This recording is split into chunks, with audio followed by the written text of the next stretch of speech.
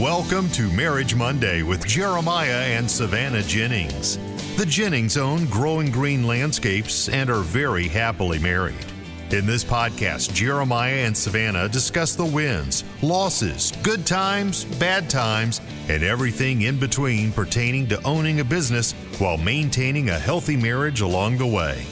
We hope you enjoy the show.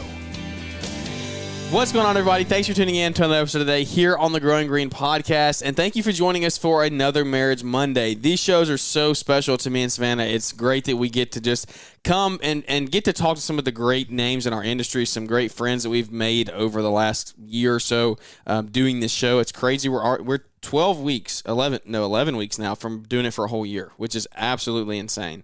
Yeah. It kind of feels like it hasn't been that long, but also I can't believe it's only been that long. Yeah. I see both of those. It feels like we've been doing it forever, but at the same time, I'm like, man, we've done 41 of these now. Yeah. Like, it's crazy. But we are joined today with Megan and Joey Coberly. Man, does that ever bother y'all? Like, I always try to say Joey and Megan Coberly, but then I say Megan and Joey. Does it bother you either way? Like, oh, gosh, no. How you get introduced? No, but it is funny you think about that, because when I'm like about to title, like, who's in the meeting with you, just in case for whatever reason you upload it to Spotify, I'm like, should it be Joey and Megan or Megan and Joey? We can really I've always done Megan and Joey because, like, Megan, because you really ran the meetings for the longest time, and now I'm like, well, now Joey's coming in, so like, do we? It doesn't really. You started the business, so.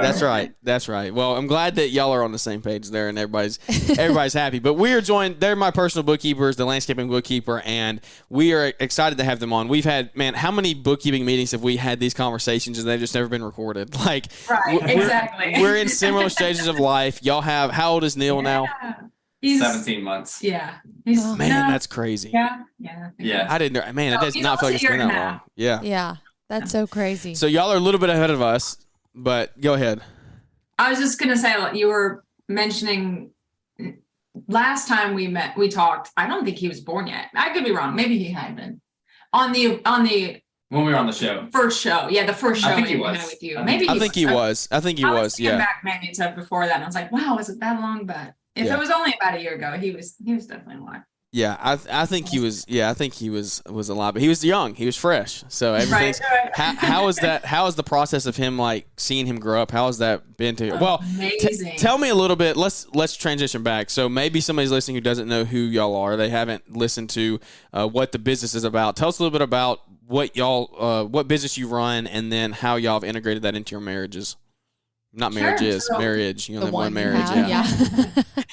So when we got married, we basically came together and realized, hey, we're not cut out for this 9 to 5. And he helped me see that. So I just started Googling remote jobs and came across the bookkeeping business idea and told Joey about it. There was a little bit of advertising involved with that. So I kept showing Joey and it just kept coming up. So we ended up deciding to go ahead and launch that. We thought, hey, we've got the skills. We like numbers. I would love to work from home if a family ever did come along. And so we started Gulf Coast Bookkeeping, which eventually basically it's still Gulf Coast Bookkeeping, but we go and we work with landscaping companies as their remote bookkeeper. So it's called the Landscaping Bookkeeper. And we started that 5 years ago. We did. We started that 5 years ago. Now we ventured into the landscaping industry about 3 years ago. But yeah, the business has taken hold with quite a few of the podcast listeners, the podcast world. And so we do the core service is bookkeeping, but really I tell my clients the core service is monthly meetings. And that seems to be the deliverable that we both love because we get to know our business owners. We get to educate. I was originally a teacher, so that's just a really fun portion of it. But we just get to learn about different businesses all over the world and different people and what their goals are. But the end goal was so that we could be home with family. And that's exactly what we get to do. We have a 1-year-old, 15, 17 months, whatever we just said. And his name's Neil, and we get to be home with him. Currently, Joey watches him. Since I had started the business, just all that information was with me. So for the most part, I work a full day back here behind the desk, and Joey is watching Neil, but we are making transitions this year. So that's really, really exciting. Yeah, so we hit meetings. We hit our first goal of him being home with us and being able to not needing to put him in a daycare, although we get babysitters from grandma. But we have hit our first goal of being able to be home with our child. Yeah. And Joey is now transitioning into some of the meetings. In fact, if your listeners don't know, he's going to be taking the last half of the day. For the majority, I'll be taking the first half of the day. There's probably some exclusions there. Yeah, I think we made a joke about that last time. You're gonna what time of the day increases in bookings? You're gonna realize who people want to talk to. If you get all the meetings, I'm quitting. Like, it's your time to take over the business, and I'm good with that. I'll go be mommy. That's funny. Well, let's dive into that just a little bit. Tell us about what did that process look like? So, how long did you have the business before you had Neil? So we started the business. I would say we started it in 2018, but it probably it wasn't even like full-time work until probably 2020. So were y'all both full-time before he was born? I was full-time and she was starting the business. So I was working a 9 to 5 and she was basically trying to get clients and get started. So actually when he was born, about 3 months earlier, I had brought him home. From 9 to 5. Okay, so y'all were both home right before he was born. We were both home before, about 3 months. In fact, he was planning to come home just the month he was going to be born. And just from our social circles, it was like, why not get him home a little earlier, make it work. And then you've got about 3 months to just figure out a little bit of a routine before the baby does. Wow, that's really nice. And so and it's been amazing, and especially because like I was saying earlier, he didn't feed. And so us both being awake at night. Yeah. Also, I don't know why I decided to just get back to work 10 days after, but I had told all my clients no October monthly meetings because he was going to be born in October and I knew that. But I mean, I was gearing up for November meetings right after that. So anyway, it was wonderful that he was home and Joey just played right into that role. And so, yes, we were both home from 9 to 5 by the time he came, but not too soon. So we were just kind of winging it at that point. Yeah. We didn't really know what was coming. No, you never know. Like that. No one does with that first one. I swear that's like my life's mission is just to like try to adequately prepare people for what they're just a little bit of what you're about to go through. Yeah, because you can never fully, but if you can be. I don't know. I think because we actually have a friend that just had a baby and I was just like overhyping everything up. I was like, not that it's going to be terrible because it's great, but I was like, you just need to be prepared. You're never, and then you get there and it's not that bad. She's like, okay, yeah. So you just prepare for the worst. Right. And then everything exactly. like low expectations. Yeah, I think it's important to realize like you'll never have that previous life, but what replaces it is so much better. Oh, yeah. Oh, absolutely. A million times better. Yes. But it's not the same. Like we were saying, you can't just get up and go and be somewhere in 10 minutes. You've got to remember the child. I know. We were talking about leaving. They just went on a trip without him. And I was talking about how we left the hotel with like 10 minutes. That was our favorite thing. We were in like and we out. love, the quality time. Great. But like the fact that we could just get up off the couch and be like, want to go eat at this restaurant? Yeah, sure. And then put our shoes on and leave. What is that? That's like foreign to us right now. And like, it's such a funny, like, wake up. Huh? Did you wake up and be like, oh, I need to take care of the baby? Yeah, I told him I didn't have to like catapult out of the bed to go make a bottle. Like it was just, I just woke up and got to wake up and the birds are chirping and the sun's just slightly through the windows. And really, everything's all well and good. The temperature's perfect. And like, the wait times at restaurants didn't matter. Like we could sit there for an hour if we wanted to because we didn't have any we didn't have to worry about last time he ate or if he needed a nap or what we were out on his schedule. We just went and did, and it was so. If anyone's listening that's going to prepare to be, it's about to be a parent. Well, good luck. That's all I'm saying. It's great. Yeah, I know. But it's great. It's fun. I came into this thinking like, I'm going to come home from work and we're going to have the baby and we're just going to both run the business and it'll be great. And like, I had no idea that a nuke was about to go off in this house. Really though, really. and the radiation is still lingering. You're just surviving. Yes. But in fact, it's just like recently, it's just like, if I can get Joey in the business faster, I need to. Like, I has watched him since birth all day, every day. And there is something to be said for like, it's amazing, but it's boring. It's just you just sit there and he can't talk to you and you say the same word and you don't have any adult to just bounce things off of or even to share, the funny parts, Right. One thing he said recently was like, it's just so boring because I don't even get to laugh with somebody at what he's doing, you know? Yeah. So, you have to share it third party, which is still funny, but it's I think there's a lot of that has to do with and tell me if you agree on this, like the mother versus the father perspective on like your child, because we just had this conversation. Joe, you might be the same way. Like for me, it's like, hey, when for Jack, I just can't wait to like go out in the yard and throw the ball with him, or like throw him up on my shoulder and go run, like chase him. But for mom, just like, oh, he's so sweet, so small, like that. It's just different perspective. So like Joe, if you're the one that's been watching him, then you're probably in the same boat as I am. Yeah. Like Luckily, I like human growth and development, so that's made it really interesting for me. But from day one, I've been like, I can't wait till he's like 4. Yeah, exactly. Yeah, that's what Jeremiah. You're not wishing it away, but you're like, man, they would just be like, that's gonna be so fun. What's funny is Megan's kind of like me too, though. She's like, I can't wait till he's like 4. So like, we're both. Oh, well, that's good. Well, you're both on the same page. Yeah, she's not like the super nurturing. Like, I'm really not the agreeable, mothering, nurturing type. I mean, any of my clients know that, so it'll probably just ring true, and they'll probably chuckle at that point because they're like, "Yeah, she's pretty straightforward and just honest." But yeah, I mean, obviously, a little bit more than him. In fact, I remember there was a day where Joe was like, I just don't know what to do when he hurts himself. And I was like, well, just tell him it's okay. And, hug him. And Joe's like, no. He's like, he needs his mom for that. And I'm like, okay, well, just bring him out. Can you imagine yourself like 2 years old and you get like, you hurt and it's like, oh, where's dad? Like, nobody wants to do that. Like, where's mom? Yeah. Exactly.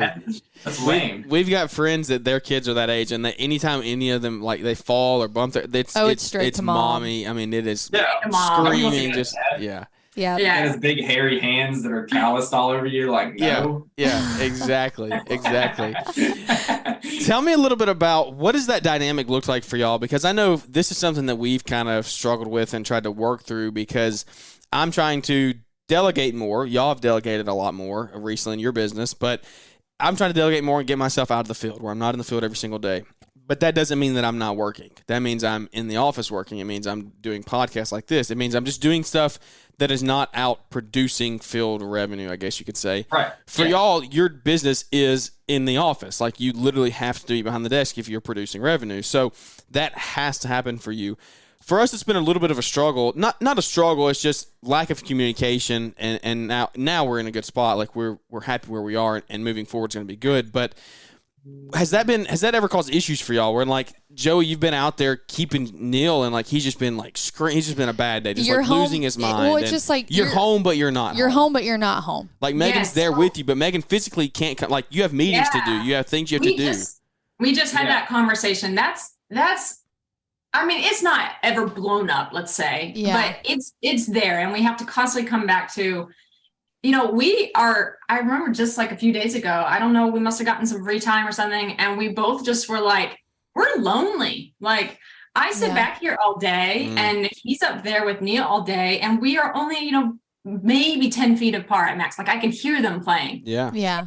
Like it gets really lonely if you don't create some meaningfulness behind the scenes and togetherness without Neil, which you have to have really good support for that. I totally understand for some people who may have moved away from family and just haven't created a good support or network, but you've got to find a way, like pay somebody big bucks to keep your kid alive for, 2 hours so that you guys you definitely need to plan dates. Talk. Yeah, because that has created some real tension lately, especially because Joey is starting to get feel crazy back there, Like, I get personal human interaction, adult interaction throughout the day.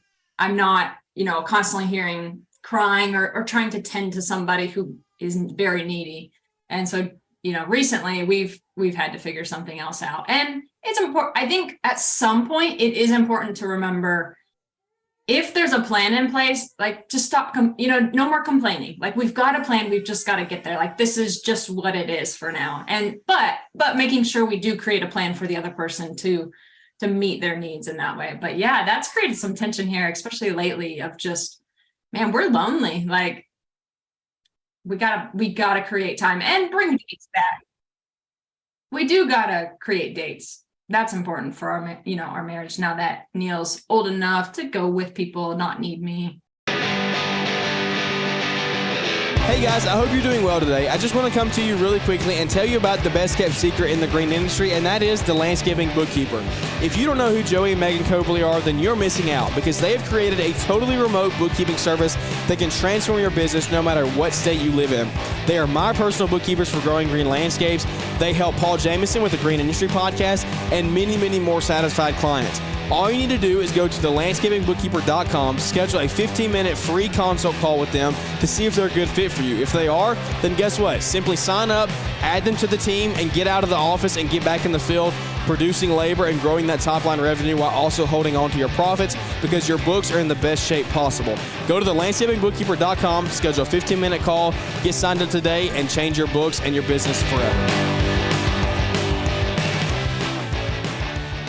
So yeah, originally our plan was, I'm working 9 to 5, make the money, and then Megan grows the business to where we could both stay home with the kid, because originally, our plan was to both work in the business as we have a kid, and then obviously we had a nuke dropped on that, but yeah.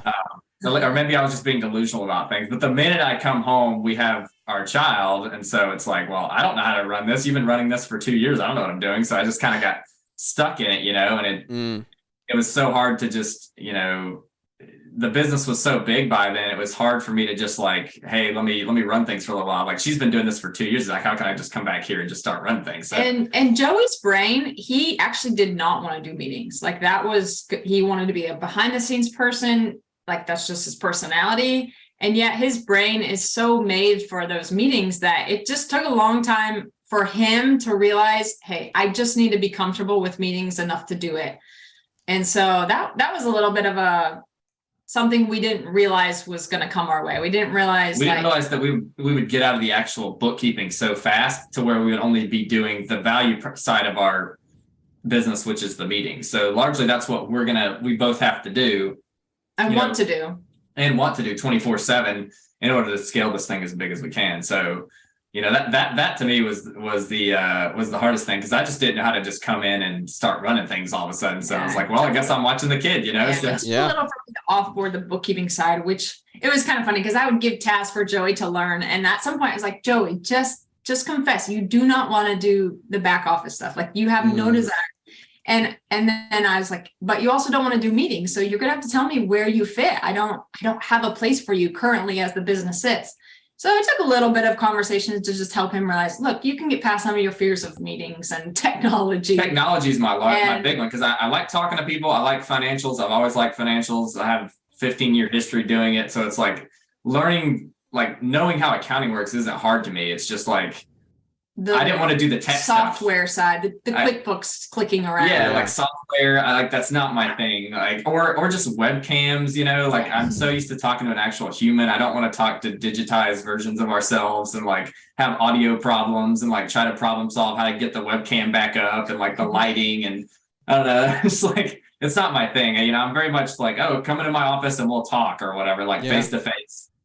So that just getting past the technology side of things. So that's been a hard part for me, but I really do enjoy the meetings, because ultimately I do like to communicate and talk and teach, and I love financials. So I think us doing the meetings is definitely where we want to be. So it's finally all starting to come together, but it's taken a lot longer than we expected. Yeah, now like tax season, I got to get through tax season because so that there's always little things that kind of get in the way, but we do feel like this year will be the year that Joey and I both feel like we've got some roles that we really are going to enjoy, where I get to be a little bit more of a mommy and he gets, like I said, to use his brain a little bit more. Yeah, our goal ultimately is, she's working 20 hours a week, I'm working 20 hours a week. Together that adds up to 40. And then we both get to be parents too, because that's work too. Obviously people talk about their hour weeks, and it's like, yeah, but you're not counting the fact you work, just not revenue making work. Work. Yes. And is it,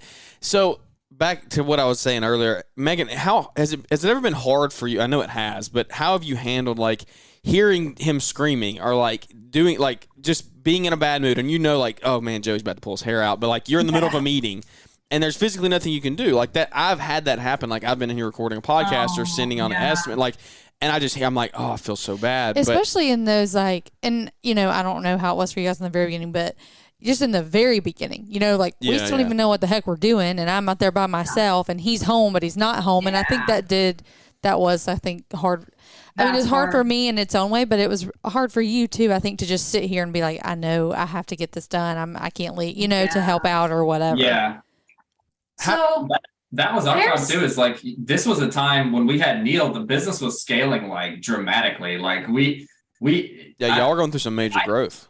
And I didn't know how to do anything because I literally just came home from my 9 to 5 like 2 or 3 months ago. So I know how to do some bookkeeping, but I didn't know how to do like the administrative side of everything because Megan's wearing all the hats, at the time. So it's like, the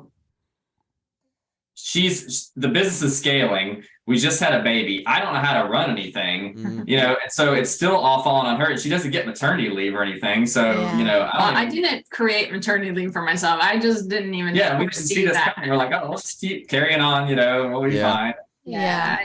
First time mother, I totally learned that lesson. But it's kind of funny you say that because it's like one or the other person has to problem solve it. And because his feeding was not he wouldn't breastfeed. So because of that, I feel like there was a little bit more problem solving Joey could do because he knew how to warm up a bottle. He knew how to, do all those things. So I guess kind of going back to what Joey said, I'm not as much of the nurturing type. I mean, I'm way more than Joey, but I was like, well, it's either me problem solving it or Joey, and Joey's fully capable of problem solving it. Yeah.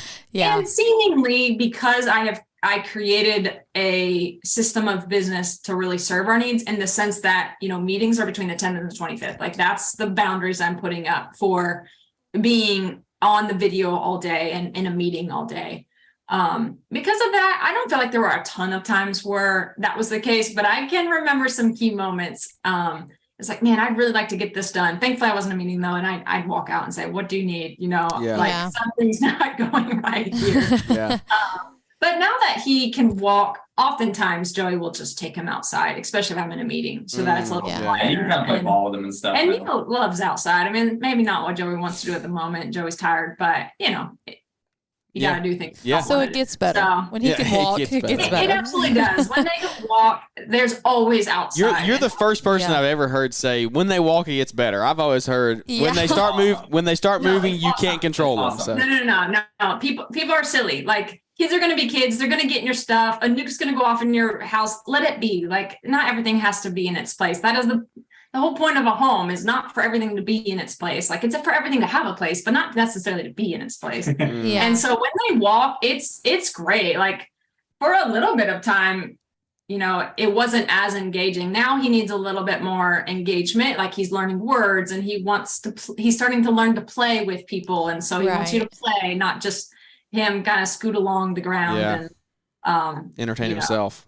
It's more to do with the play development more so than him developing his motor skills, although that's still there. But man, when they walk, it's a million times better. When they catch a ball, it even gets better. Yeah. Well, let me ask this and give us a little bit of insight here. So you're working in the business together. Like, that's especially now. You maybe not so much in the beginning, but especially now you were like in the business together, and now you're married, and you've been married. But those are two worlds that are combining. Business and marriage. And that's what we talk about on the show a lot. Is like we've had guests on that do that work in the business together and are married, but it's not very common, I guess you could say. Like, we're married, but Savannah doesn't really work in the business much. She has her own career outside of here. So give some insight on Jack has joined us, by the way. So if y'all hear any random noises over the airwaves, it's probably a massive burp or something from him. But anyway, give us some insight on what does that look like for y'all? How have you grown your business, but also grown your marriage in a healthy way and kind of kept those worlds together but separate at the same time? I would say that we base all decisions off of what's best for our family, and then everything else follows. So instead of just like what's best for the business, it's we think about our family first, and then the business just falls into our lives like it should, and we still, do the best that we can. That's not to say we don't do the best that we can for our clients or anything, but basically, instead of thinking, how can I make the most money in business, we're thinking what's best for our family, and then everything else follows around that. So I think that's kind of how we make majority of our decisions. Yeah, like we have a plan for where we want the business to go, but we're both more in tune with who we're becoming along the way. And that will feed into every area of life, but specifically for a good marriage, that definitely feeds into a marriage. Like who do we want to be in this season of life? And likely it's going to be very consistent with who we want to be in the next season of life, even though we have different goals and such.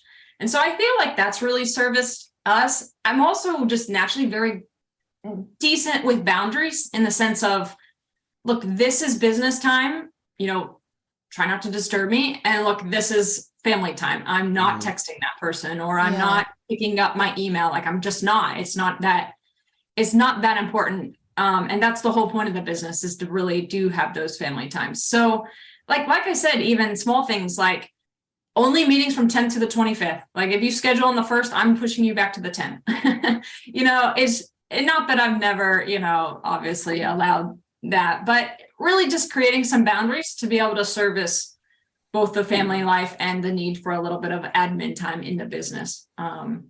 But yeah, I feel like the business goals are there, and we've definitely talked about those we've come up with together, but it's more about who we're becoming in the process. Yeah, absolutely. And that's the foundation of the marriage too. And we've always had kind of an end goal in mind to where we're each working and raising our kids. So we're not necessarily perfectly there yet, but we've always had an end goal of I'm working 20 hours, you're working 20 hours, and we're both raising our kid for the equal amount of time and together afterwards. I feel like dads are just as important as moms. I mean, obviously their tasks are way different in the beginning, but in terms of just the quality and the need for that presence in their life, I just find it so important that dad is there too. Yeah. And I gotta say, like, I did not plan on being, the primary caretaker, when Neil was born. It was not in the works at all. But it's like when life gives you lemons, I guess you just make lemonade. Like I've really enjoyed it looking back. Like it's so fun. Like I can now relate to like all the housewives of like the 50s and 60s. Like just being able to be like, man, you guys like are super undervalued. Like this, you can relate. Yeah. Well, I think you've done that a little more too. Dude, I got mad respect for all the women that raise kids now. My favorite thing. And the hardest trial of it all is it's so boring. Like Megan was talking about. Like there's literally nothing to put your brain to all day. And so you can kind of see what happened with, problems in the families in the past where you had like, the woman keeping the kid all day and then the man's working 9 to 5 coming home, the traditional family structure. Right. And then I can kind of start seeing what happens with marriages with that. It's like, the woman's so bored and just wants somebody to talk to keep herself sane. And then the man's been talking all day at work and he comes home and he just wants to watch TV. And then there's literally no communication in the marriage, where it's like one party wants tons of communication. The other person just wants to just chill and like, just let their brain rest, So it's been fun just seeing like, even from a traditional family of the 50s and 60s, like how, what happened with that and what's going on. Yeah. My favorite line from Joey one day is, I'm just going to go buy something. I'm so bored. And I'm like, wow, you sound like the absolute like housewife who like the husband comes home and thinks all the mom did all day was hang with friends and buy things. He made his Target run, got a Starbucks. And well, no, I think that is so true. Like, don't lie, Joe. You've done it. You've done it. Yeah, absolutely. It's great. Hey, I've done it too. I mean, he's entertained by just walking. It just comes to like I've kind of just realized that the man working 9 to 5 is probably going to be unhappy with that structure just as much as the woman's going to be unhappy keeping the kid all day. So we're trying to create like a perfect balance. Because I want to raise Neil's son, but I don't want to do it all day. And Megan wants to raise Neil's son, but she doesn't want to do it all day. Joey's like, well, do you just want to be a mom? I'm like, oh no, I couldn't. Because I was like, I'll just run I'll just run the business and you can keep him. And she's like, oh no. Yeah. No, I think it's cool you'll say that about, switching dynamics and, seeing that perspective. Because I think it has caused, so I work 2 full days a week. So it's not as balanced, I think, as maybe we'd like it to be as far as hours of the day. Because when I work, I'm gone for 14 hours at a time, but it's only twice a week. So it's like, it's not all the time, but those days are long for Jeremiah.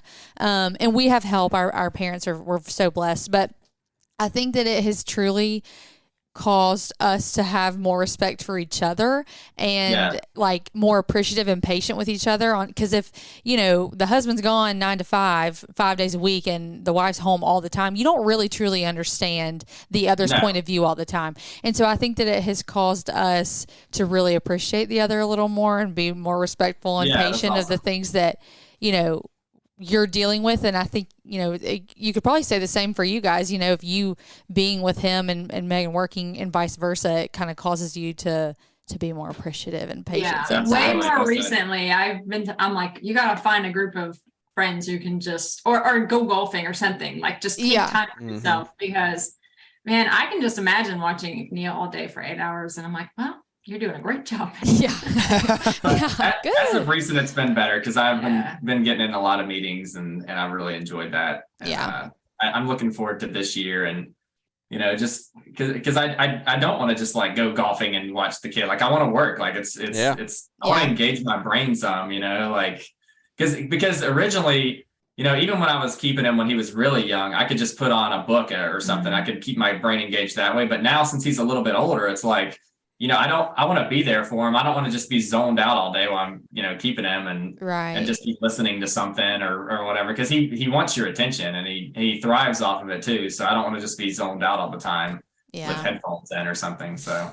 Yeah. We just did a show on last week. It was Rest, Reset, Recalibrate is what the title of the show was. And it was just us talking about you have a child and no one can adequately prepare you and you don't know what it's going to do to your marriage. It definitely, there's a lot of good, but there can be a lot of bad. It can put a lot of strain, a lot of stress. If you let it, If you let it. And so we just in the past couple weeks have just kind of, our marriage never got bad by any stretch of the means, but it got stressful. There were strains that were put on it, and we finally hit that just like reset button. Has there ever been a point for y'all along the way? What have you gotten to that point? If you've done like a reset of like, hey, let's reset ground zero. We need to change some things, and move forward to make our marriage better. Has there been that point? And if there hasn't been for you, what do you think some things that you've done to kind of prevent that? So I think one of the big misnomers of marriages, you say the word marriage and people talk in words, but we think in pictures. So Joey came to the marriage with his idea of what marriage would be. I came to the marriage with my idea of what marriage would be, and completely just Xing all of that down to the ground and saying, okay, what are we going to build together? That, I think that has kept us from needing a great reset, if you will, because whatever we decided we want to build together, which, you know, obviously business is included, a family is included, you know, strong connections in the community are included. You know, what we're doing during the day is meant to service that. And if it's not, you know, we come back to that and we have a conversation. But I think because neither of us are trying to build our own life, but with somebody else, we're really trying to build a life together. That has helped needing a great reset. Although thank God for family and, you know, the date days that we get. For a while, we really cut off the dates and we've started those back up. You know, we take Thursday night to do dates. Could you see it? Could you see a change in that? Yeah. Like when you quit doing it? Oh, definitely. Yeah, definitely. To the point where at some point it was, like I was just saying, like, we miss each other. I miss you. You know, I'm busy all day, especially during the season. He's out there, I can hear him, but we personally have not connected. And so, and you know, you can be in the same house and be miles away. Like that's the worst feeling. And so just resetting up those dates, we can feel number one, you just look forward to it. You know, you're just like, oh man, you know, it's not the same mundane thing every other day. So yes, reenacting those has been great for us. Luckily, we've always been really good communicators, so that's not something we really had to work on. So I think we're constantly self-aware enough to like. Megan's really annoying about communicating. I'm like, no. Like Joe's like, I'm not feeling anything. I'm like, yes, you are. I can see it. So, you know, I just sort of push until it's like, what's at the bottom of this? What's causing and I do the same thing that feeling? And Joey does the same thing. Yeah.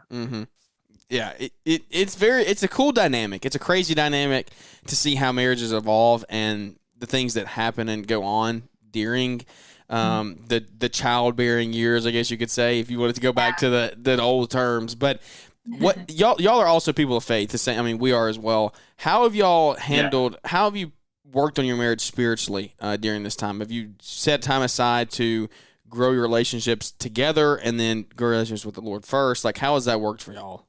I think we have a very untraditional, very nuanced view of like that spiritual aspect. And I think it's in the sense of, I don't want to be a great person per se. Like I have some goals and some, what would you call it? Not affirmations. What's that word? Aspirations. Aspirations. Aspirations. Thank you. Yeah. Nice. I have some aspirations, but at the end of the day, I want to be a good person. I cannot change the world if my relationship with him, if I treat him like he's, just some other thing in the house. Like I've got to be a good person. And that's kind of where that spirituality comes in a sense of, like, I think God is in the good and not just let's do our devotions together, Yeah. like, and if we can. Yeah. God is in everything type. He's in everything. Yeah. And if we are both reaching for that good, and even to remember little things, like we want to raise a son who can critically think, who does come to know Jesus, because that's who we prescribe to follow. But at the end of the day, it's not our goal to just force him and push him. Like, we need to be the examples. Right. Yeah. And we've kind of come to that spirituality to us is, I would say, it's not that there's not a central figure like Jesus, but it's not so much about like devotions or that's the some spiritual thing you put aside. Like, well, you're trying to me, it sounds like you're trying to mimic, to mimic and follow after what the Lord did when he was on earth. Like, that's how he lived his life. Absolutely. So me and Megan have been in church our whole lives. Like we went to Christian school together. We met in 5th grade.